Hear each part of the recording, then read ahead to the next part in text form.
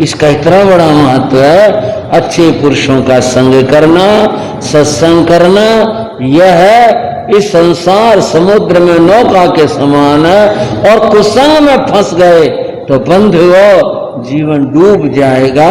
व्यक्ति बुराइयों में फंस जाएगा, उसका निकलना बड़ा मुश्किल है। भगवती सूत्र में भी इस सत्संग की चर्चा चली। आपको थोड़ा पीछे से स्मरण करवाऊंगा और आगे की चर्चा करना चाहूंगा। आप तुंगिका नगरी का और वहां के श्रावकों का वर्णन सुन रहे थे। ठीक है भाइयों बहनों, याद आया? तुंगिका नगरी का जिक्र था, वहां के श्रावकों का जिक्र था और उन श्रावकों की विशेषताएं भी बताई थी। और फिर इस प्रसंग में जब हम आगे चले थे तो बताया कि वहां भगवान पार्श्वनाथ परंपरा के संत आए थे। याद आया श्रावकों? आना तो कर दो। वहां भगवान पार्श्वनाथ परंपरा के संत आए थे। तुंगिका के श्रावक उनके दर्शनों के लिए गए और संत के दर्शन करने जाना, ये सत्संग की बात शुरू हो गई। उनके दर्शन करने के लिए गए थे। उन्होंने दर्शन किए। दर्शन करने के बाद उन श्रावकों ने उन मुनियों से प्रश्न पूछे। अब ये जो प्रश्न पूछना है, ये दो तरह का होता। एक तो होता है जिज्ञासा से, मन में कोई बात है सुलझ नहीं रही, समाधान नहीं मिल रहा, तो वो बात मन में घूमती भी है, बार बार विचार भी आता है कि इसका ये किस तरह से है, क्यों करें, क्या मतलब है, ये जिज्ञासा से। और भाइयों आपने अन्यथा नहीं समझना, चर्चा इसलिए कह रहा हूं। कुछ लोग इसलिए पूछते हैं कि साधु को कुछ आता भी है, नहीं आता, परीक्षा लेने के लिए। ऐसे भी होते, सभी तरह से हैं। दुनिया में उंगलियां बराबर नहीं होते। कुछ लोग साधु की परीक्षा लेने के लिए वे कुछ आता या नहीं आता। अब साधु सर्वज्ञ तो है नहीं, छद्मस्त है, नहीं भी आया, उस समय कुछ अहंकार बढ़ जाता है।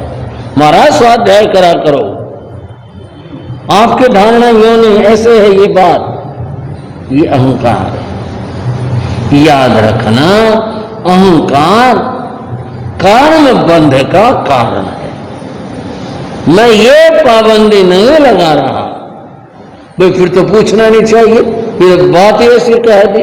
नहीं, जिज्ञासा हो तो जरूर पूछो। और अगर उन मुनिराज का क्षय उपशम ज्ञान का ऐसा है, अच्छा है, वो समाधान बताते हैं, उसको स्वीकार करो।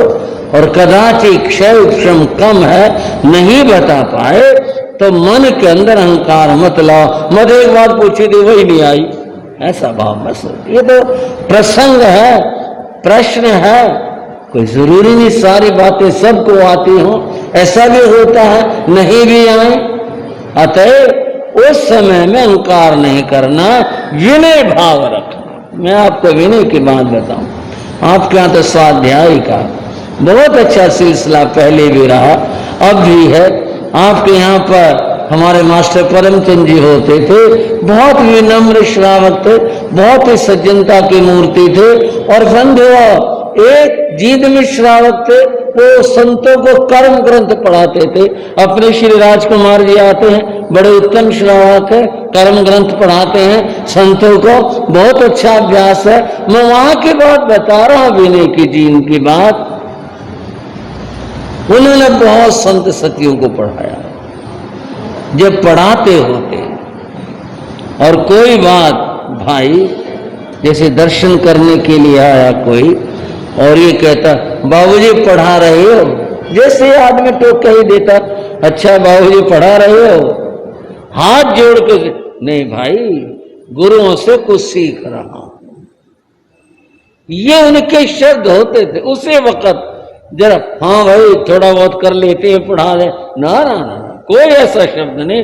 हाथ जोड़कर उसी वक्त भी नहीं भाई गुरुओं से कुछ सीख रहा हूं। कितने विनय की बात है। मैं बताने लग रहा था, प्रश्न पूछना दो भावों से होता है, एक जिज्ञासा से होता है और दूसरा जिसमें अहंकार का भाव हो वह होता है। अहंकार का भाव कर्म बंध है और जिज्ञासा ज्ञानावर्णीय कर्म का क्षय करता है। मन में कुछ लेने का पाने का भाव है। विनय आई, भक्ति आई, विनय करी, गुरुदेव जानना चाहता हूं, संतों ने बता दिया, स्वीकार कर लिया, कोई बात उपयोग में नहीं आए, गुरुदेव आपकी बड़ी कृपा है, कोई बात नहीं। तो बंधुओं, ये प्रश्न पूछना अपने आप में उत्तम है, श्रेष्ठ है, लेकिन अहंकार श्रेष्ठ नहीं। वे श्रावक, तुंगिका नगरी के श्रावक संतों के पास गए। उन्होंने बड़े विनय से और भक्ति के साथ में कहा, गुरुदेव कुछ हम जिज्ञासा रखते हैं, पूछना चाहते हैं। संतों ने कहा, कहो भाई क्या जिज्ञासा है। उन्होंने पूछा, संयम और तप का क्या फल है। शायद आप कहोगे ये अच्छी बात है, संयम और तप, इसमें क्या बात होगी पूछने की। बड़ी बड़ी बातें पूछने की तो बहुत बातें हैं। हम तो यूं ही सोच रहे हैं कि मामला सहज सा है, पर मामला बड़ा गंभीर भी होता है। वे ज्ञान का श्रावक थे और साधु भी ज्ञानी थे। आज तो बहुत बढ़िया प्रसंग बन पड़ा। वो जिज्ञासा करते हैं और वो समाधान देने वाले हैं। उन्होंने पूछा, संयम और तप का क्या फल है। संतों ने कहा, संयम का फल अनाश्रम है। संयम का फल अनाश्रम है। जहां संयम होता है, संयम का पालन होता है, संयम की आराधना होती है, वहां आश्रव द्वार बंद हो जाते हैं। आश्रव पाप आने का रास्ता, आश्रव कहते हैं पाप आने का रास्ता। संयम का फल है अनाश्रव। जिसने संयम में प्रवेश किया, पाप आने बंद हो, ये फल है। बहुत बड़ी बात है ये। पाप आने बंद हो जाएं, बंद हो, फिर तो जो पहले के पाप उनकी निर्जरा होए और जीव मोक्ष में जाएगा। यही तो मामला है हमारे साथ में। हम करते भी हैं और साथ साथ के अंदर जो आश्रव है वो खुला रहता है, चाहे मन से, चाहे वाणी से, चाहे काय से, पाप आते रहते हैं, फल नहीं मिल पाता। एक थी बुढ़िया माता, कुछ अशुभ कर्म के कारण से दिखाई नहीं देता था। कुछ जो भी तकलीफ रही होगी, मोतियाबिंद की और की, बुढ़ापे के कारण से। एक दिन वो आटा पीसने बैठी। आटा वह पीसने के लिए अनाज उसने ले लिया एक बर्तन में, चक्की थी और वह पीसने लगी। वो हाथ से बेचारे टटोल के देखती थी तो आटा पीसने लगी। पीसती रही। वो जितना भी अन्न उसने बर्तन में रखा था सारा खत्म हो गया। पीसती रही, सारा खत्म हो गया। जब खत्म हो गया तो हाथ की चक्की के बाद उसके चारों ओर एक छोटी सी वो होती है जिससे आटा बिखरे नहीं। उसने उसको हाथ डाल करके आटा इकट्ठा करना चाहा। ऐसे उसमें आटा ही नहीं मिला।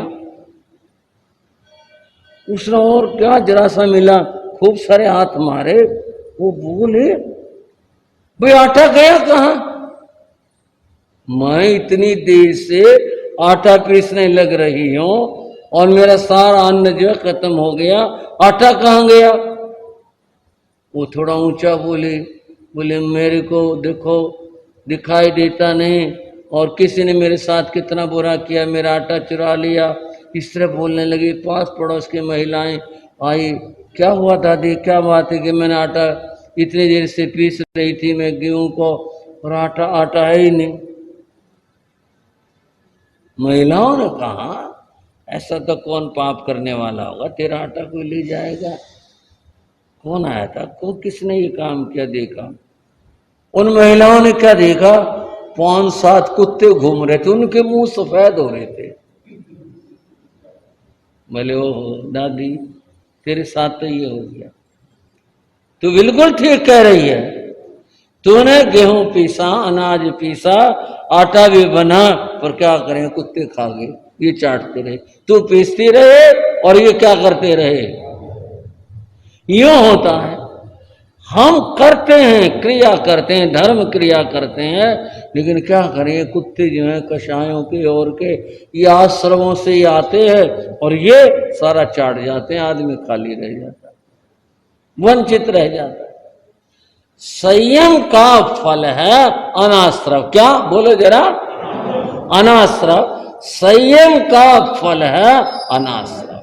ये पहले रुक जाए, नुकसान रुक जाए, अब तो फिर जितना भी करेंगे ना वो हमारा अपना होगा, हमारे पास होगा। ये बंद हो गया, अब वो जो कुत्ते चाट रहे थे वो बंद हो गया, अब नया पाप आना बंद हो गया, अनाश्रव की स्थिति आ गई, अब ये हो।